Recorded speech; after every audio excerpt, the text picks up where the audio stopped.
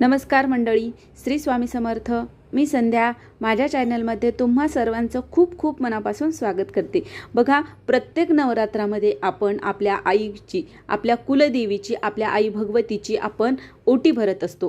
तर हीच नवरात्रामध्ये देवीची ओटी आपण कधी भरायची आहे, कशी भरायची आहे, ओटीमध्ये साहित्य काय काय घ्यायचे आहे, जर आपण घटस्थापना केलेली नसेल तर आपण ओटी भरू शकतो का, गर्भवती महिलांनी ओटी भरावी का, या सर्व प्रश्नांची उत्तरं आज आपण या व्हिडिओमध्ये पाहणार आहोत. त्यामुळे व्हिडिओ अगदी शेवटपर्यंत पहा. आणि जर तुम्ही माझ्या चॅनलवरती नवीन असाल तर माझ्या चॅनलला सबस्क्राईब करा.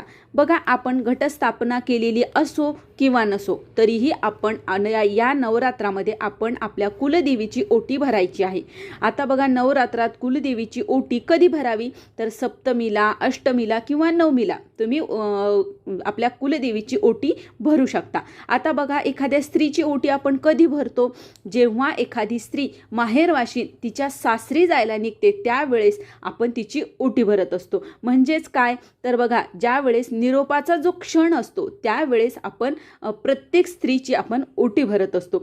त्यामुळे तुम्ही ओटी ही 7व्या माळेपासून पुढे कधीही तुम्ही भरू शकता. तर सर्वात अगोदर ओटीचे आपण साहित्य बघूया.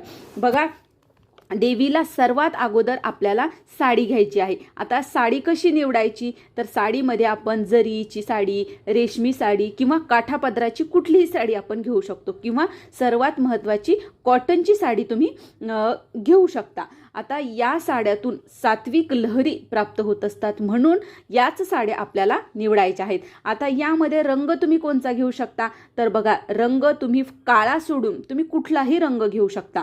पण बघा, शक्यतो जेव्हा देवीची ओटी भरली जाते तर तेव्हा हिरवा, पिवळा किंवा लाल रंग जास्त निवडला जातो. पण तुम्हाला जो घ्यायचा असेल तुम्ही तो घेऊ शकता, फक्त काळा रंग घेऊ नका. जर साडी न घेता तुम्ही फक्त ब्लाऊज पीसाने सुद्धा तुम्ही ओटी भरू शकता. ओटीचं साहित्य घ्यायचं आणि ब्लाऊज पीस, त्याने सुद्धा तुम्ही ओटी भरू शकता. यथाशक्ती आपल्याला जसं घडेल तसं करू शकतो, फक्त श्रद्धेने, विश्वासाने आपल्याला करायचे आहे. त्याच्यानंतर ओटी भरण्यासाठी आपल्याला बाकीचं साहित्य काय तर बघा, 1 वाटी आपल्याला तांदूळ घ्यायचे आहेत. आईची ओटी भरत असताना गव्हाने भरू नका, ती तांदळानेच भरायची असते. तर 1 वाटी तांदूळ घ्यायचे आहेत. नंतर ओटी भरण्यासाठी आपल्याला ओटीचे साहित्य, त्यामध्ये आपण खारीक, वाटी, सुपारी, बदाम, हळकुंड आणि 1 श्रीफळ घ्यायचं आहे, म्हणजे नारळ आपल्याला घ्यायचं आहे, आणि शृंगारातील साहित्य घ्यायचं आहे. बघा, शक्य झाल्यास आपल्याला 16 शृंगार घ्यायचे आहेत. आता तुम्हाला जेवढे शक्य होतील तेवढे घ्या, पण असे शृंगार घ्या की ज्याचा वापर होईल. आणि जर तुम्ही घरी जर ओटी भरत असाल तर ते जे साहित्य आहे ते तुम्ही स्वतः सुद्धा देवीचा आशीर्वाद म्हणून तुम्ही स्वतः वापरू शकता. म्हणून जे काही साहित्य घ्यायचं आहे शृंगाराचं ते चांगलं आणि आपणच वापरायचं आहे. तर असं घ्यायचं आहे. त्याच्यानंतर त्याच्याबरोबरच आपल्याला 1 गजरा ठेवायचा आहे, किंवा वेणी सुद्धा तुम्ही ठेवू शकता, कारण गजरा, वेणी आईला अतिशय प्रिय आहे. तर गजरा किंवा वेणी ठेवायची आहे. हे सर्व साहित्य ठेवायचे आहे. त्याचबरोबर दक्षिणा ठेवायची आहे, आणि आईला सर्वात प्रिय आहे ते पान, विडा आपण ज्याला म्हणतो. बघा, जर शक्य झालं तर तुम्ही तांबूल सुद्धा ठेवू शकता. जे तुम्हाला शक्य होईल ते तुम्ही, पण पान असो, विडा असो किंवा तांबूल असो. आणि यथाशक्ती आपल्याला त्या ओटीवर आपल्याला दक्षिणा ठेवायची आहे. आणि बघा, जेव्हा आपण हे सर्व साहित्य आपल्याला एका ताटामध्ये ठेवायचं आहे. ताटामध्ये ठेवल्याच्या नंतर साडी ठेवा, सर्व शृंगाराचं साहित्य ठेवा, श्रीफळ ठेवा. श्रीफळ ठेवताना श्रीफळाची जी शेंडी आहे ती देवीकडे झाली पाहिजे, अशा प्रकारे ठेवा. त्याच्यानंतर आपल्याला तांदूळ टाकायचे आहेत. आता तांदूळ टाकत असताना 3दा तांदूळ टाकायचे. तर 3 वेळेस आपण हातामध्ये घ्यायचे आणि त्या ओटीवर टाकायचे. 3 वेळेस आपल्याला तांदूळ त्या ओटीवर, म्हणजे त्या ताटाच्या जे साडी वगैरे ठेवली त्याच्यावर टाकायचे आहेत. आणि त्याच्यानंतर हळद, कुंकू आपल्याला लावायचे. साडीला लावा, सगळ्या पूर्ण पूजेला, साडीला, श्रीफळाला, सर्व पूजेवर आपण हळद आणि कुंकू टाकायचं आहे. आणि त्याचबरोबर त्याच्यामध्ये तुम्हाला हळद कुंकाच्या पुड्या टाकायला विसरायचं नाही. तुम्ही करंड सुद्धा ठेवू शकता किंवा हळद कुंकाच्या पुड्या सुद्धा ठेवू शकता.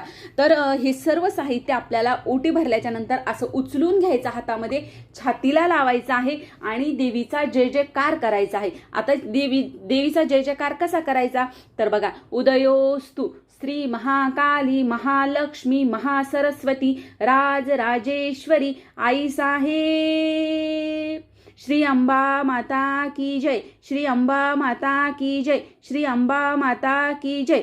अशा प्रकारे आपल्याला देवीचा जय जयकार करायचा आहे आणि ते ताट आहे ते आपल्याला देवीच्या समोर ठेवायचं आहे. आता जर तुम्ही मंदिरामध्ये जर ओटी भरत असाल तर तिथे सुद्धा तुम्हाला अशाच प्रकारे ओटी भरायची आहे आणि जे काही साहित्य आपण नेलेलं आहे ओटीला ते तिथेच ठेवून द्यायचं आहे. आणि जर तुम्ही घरी ओटी भरणार असाल तर ते सर्व साहित्य तुम्ही स्वतःसाठी वापरू शकता. बघा, बऱ्याच वेळेस आपण जेव्हा आपल्या देवीच्या मूळ ठिकाणी जातो तिथून आपण देवीला दिलेल्या साड्या आपण विकत घेऊन देवीचा प्रसाद म्हणून आपण आपल्या घरी घेतो आणि आपल्या स्वतःसाठी घेत असतो. त्याचप्रमाणे ही सुद्धा देवी आहे आणि हा सुद्धा प्रसाद म्हणून तुम्ही ही साडी हे सर्व साहित्य तुम्ही स्वतःसाठी वापरू शकता. आता बघा, सर्वात महत्त्वाचं म्हणजे ज्या दिवशी आपण ओटी भरतो त्याच दिवशी आपल्याला परड्या देखील भरायच्या असतात. आता परड्या भरणे म्हणजे काय तर बघा, देवीची परडी आणि माळ असते त्यामध्ये आपल्याला देवीला शिधा द्यायचा असतो. बघा, तुम्ही बऱ्याच देवीच्या मंदिरामध्ये पाहिलं असेल जिथे परड्या ठेवलेल्या असतात, परड्या आणि माळ असते ती ठेवलेली असते, त्यामध्ये आपल्याला शिधा ठेवायचा असतो. त्या शिद्यामध्ये काय काय असतं तर बघा, त्यामध्ये असते गव्हाचं पीठ असतं, मीठ असतं, तांदूळ असतात, लाल मिरची, तेल, हरभऱ्याची डाळ, गूळ, हे सर्व साहित्य आपल्याला त्या परड्यामध्ये भरायचं असतं आणि परड्यांची पूजा करायची असते, दक्षिणा टाकायची असते. जेव्हा आपण परड्या भरतो तेव्हाच आपल्याला आईची ओटी भरल्याचं पूर्ण पुण्य फळ हे आपल्याला मिळत असतं आणि तेव्हाच आपला संपूर्ण व्रताचं फळ हे आपल्याला मिळत असतं, नाहीतर आपलं व्रत हे अपूर्ण राहत असतं. म्हणून परड्या भरण्याला खूप महत्त्व आहे. तर बघा, आता जर तुम्हाला शक्य झालं तर तुम्ही मंदिरामध्ये जाऊन परड्या भरू शकता. पण बघा, या परड्यामध्ये जे साहित्य आहे ते थोडक्यात कुठलं आहे तर थोडक्यात सांगायचं म्हणजे ते सर्व साहित्य पूर्णाचं आहे. गव्हाचं पीठ, हरभऱ्याची डाळ, गूळ, तांदूळ, मीठ, मिरची हे सर्व पूर्णाचं साहित्य आहे.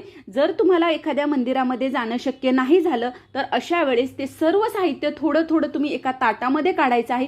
दक्षिणा वगैरे सर्व साहित्यामध्ये काय काय आहे परत एकदा सांगते. गव्हाचं पीठ, मीठ, लाल मिरची, तेल, हरभऱ्याची डाळ, तांदूळ आणि गूळ हे सर्व साहित्य थोडं थोडं आपल्याला एका ताटामध्ये काढायचं आहे आणि जिथे आपण ओटी भरलेली आहे तिथेच देवीला हे सर्व साहित्य तिथे ठेवायचं. त्यामध्ये दक्षिणा ठेवायची आणि त्या ताटाला हळद, कुंकू, अक्षता, धूप, दीप दाखवायचा आहे. तर अशा प्रकारे सुद्धा तुम्ही हे करू शकता आणि हे केल्याच्या नंतर 7व्या, 8व्या किंवा 9व्या माळीला तुम्हाला ही परडी भरायची आहे आणि जेव्हा कधी तुम्ही मंदिरामध्ये जाल तेव्हा हे साहित्य तुम्ही मंदिरामध्ये ठेवायचं आहे. पण बघा, आता तुमचं मंदिरामध्ये जाणं ही शक्य नाहीये किंवा तुमच्या जवळपास मंदिर नाही, तर अशा वेळेस ज्या वेळेस तुम्ही अष्टमीला, नवमीला किंवा दशमीला, दसऱ्याच्या दिवशी आपण पुरणाचा स्वयंपाक करतो, तर तेव्हा तुम्ही पुरणामध्ये ते साहित्य वापरा आणि त्याचाच नैवेद्य तुम्ही देवीला दाखवा. असं सुद्धा तुम्ही करू शकता. असं केल्याने तो जो नैवेद्य आहे तो देवीपर्यंत पोहोचतो. तर अशा प्रकारे विधिवत आपल्याला देवीची ओटी भरायची आहे. आता बघा, ज्या महिला गर्भवती आहेत त्यांनी ओटी भरावी का तर त्यांनी ओटी भरू नये, कारण त्यांची ओटी अगोदरच भरलेली असते, म्हणजे त्यांच्या ओटीमध्ये बाळ असतं, म्हणून तुम्ही ओटी भरू शकत नाही. तुम्ही आपल्याला कितवाही महिना असो, पहिल्या महिन्यापासून ते 9व्या महिन्यापर्यंत तुम्ही कुठल्याही देवीची ओटी भरू शकत नाही. जर तुमची खूपच इच्छा असेल देवीला ओटी भरायची तर तुम्ही तुमची सर्व साहित्य घेऊन तुमच्या घरातील तुमच्या सासूबाई, जाऊ कोणी असेल तर त्यांच्या हातून तुम्ही ओटी भरू शकता. तर अशा प्रकारे आपल्याला ओटी भरायची आहे. तर ही छोटीशी माहिती होती की नवरात्रामध्ये ओटी कशी भरावी, कधी भरावी आणि काय साहित्य असतं हे सर्व मला तुमच्यापर्यंत पोहोचवायचं होतं. तर कसा वाटला व्हिडिओ नक्की कमेंट करून सांगा आणि जर हा व्हिडिओ आवडला असेल तर व्हिडिओला लाईक करा, जास्तीत जास्त लोकांपर्यंत हा व्हिडिओ शेअर करा आणि माझ्या चॅनलला सबस्क्राईब करा. श्री स्वामी समर्थ.